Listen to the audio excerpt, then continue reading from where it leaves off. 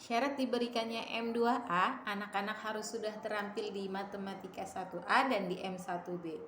Tujuan utamanya ialah agar anak-anak menyukai kegiatan bermain modul M2A, sedangkan tujuan khususnya agar anak-anak terampil menulis simbol dan mengenal simbol angka 1 sampai dengan 5. Caranya diawali dengan berdialog umum dan mengajak anak untuk menulis simbol angka 1 sampai dengan 5 sambil diarahkan. Pastikan cara penulisannya sesuai dengan konsep yang benar. Cara mengevaluasi tujuan utama ialah dengan cara memperhatikan sikap dan ekspresi anak. Apakah anak kelihatan senang dan tertarik mengikuti kegiatan yang berada di dalam kelas? Cara evaluasi tujuan khususnya ialah dengan cara pastikan anak sudah terampil menulis dan mengenal simbol angka 1 sampai dengan 5. Tahap selanjutnya dari M2A ialah M2B. Modul M2B diberikan ketika anak-anak sudah terampil di M2A. Tujuan utamanya agar anak-anak menyukai kegiatan bermain modul M2B, sedangkan tujuan khususnya agar anak-anak terampil menulis dan mengenal angka simbol dari 6 sampai dengan 10. Caranya diawali dengan berdialog umum dan mengajak anak untuk menulis simbol angka 6 sampai dengan 10 sambil dibimbing oleh motivator, dan pastikan anak menulis dengan konsep yang benar.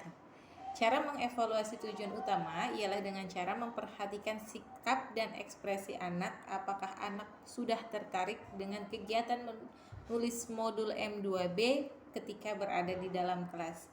Tujuan khususnya ialah dengan cara memperhatikan anak, apakah anak sudah terampil dan mampu menulis simbol angka 6 sampai dengan 10. Tahap selanjutnya dari M2B ialah M3A.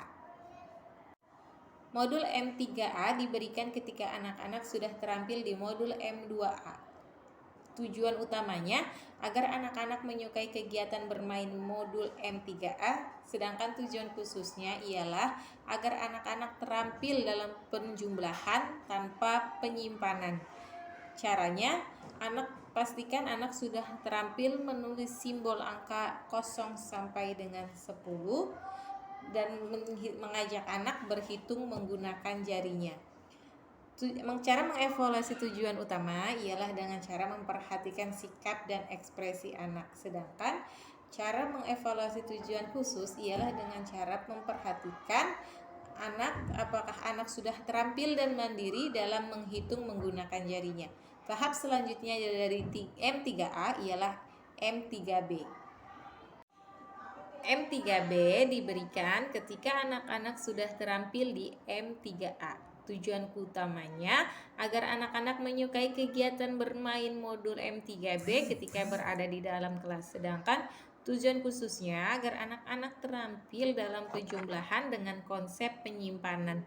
Caranya, pastikan anak sudah terampil mengenal simbol 0 sampai dengan 10, mengajak anak berhitung dan menyimpan angka yang besar.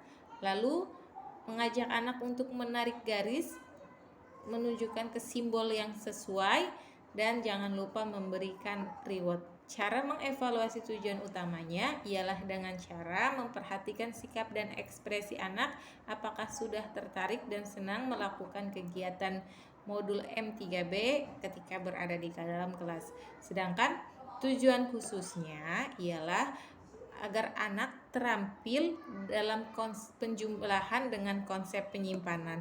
Tahap selanjutnya dari M3B ialah M4A.